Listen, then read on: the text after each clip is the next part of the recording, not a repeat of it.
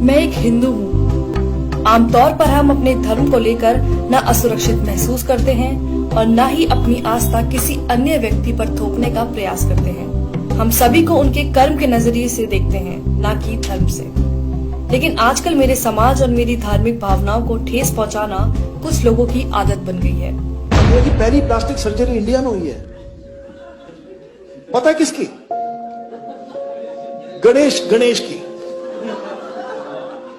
मैं मान गया कि पहली प्लास्टिक सर्जरी आपने करी है, इंडिया में हुई है, तो ठीक से तो कर लेते हैं।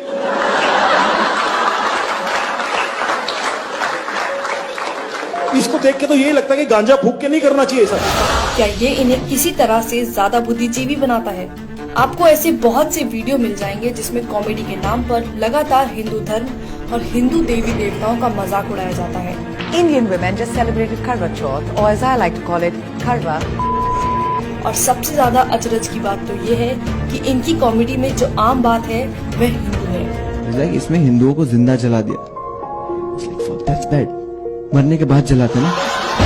ये लोग मेरी धार्मिक भावनाओं को ठेस पहुंचाते हैं और लोगों को मेरे ही धर्म के बारे में झूठी बातें बताकर मेरे ही भगवान को नीचा दिखाते हैं और उम्मीद करते हैं कि मैं इनकी घटियापन पर हंसूं। गणपति बाप्पा मोरिया, शीला की जवानी, गणपति बाप्पा मोरिया, मुंडी है हरामी।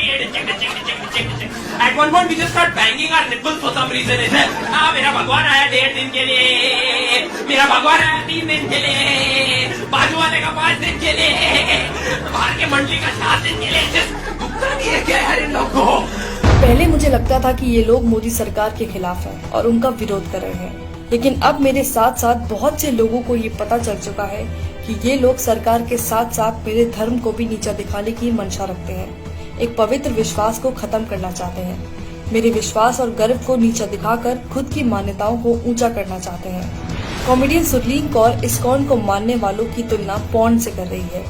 आप सबको मैं बता दूं, बेशक हम सब इस्कॉन वाले हैं, पर अंदर से सब हरामी पॉर्न वाले हैं।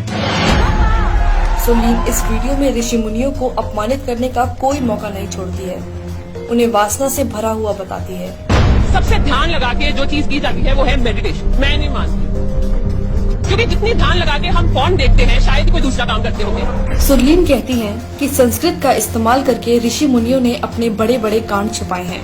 धन्य हो हमारे ऋषि मुनि जिन्होंने थोड़ी सी संस्कृत यूज करके अपने बड़े बड़े कांड छुपाए हैं। कामा ये सब सुनना किसी मानसिक उत्पीड़न से कम नहीं है। कॉमेडियन मुनव्वर फारूकी खुलेआम मंच से भगवान राम और माता सीता के लिए अभद्र भाषा का इस्तेमाल कर रहा है। लाइक अगर भगवान को रिस्पॉन्स करें, वो गाना कैसा है ना, लाइक मेरा पिया अगर है और राम जी डोंट गिव।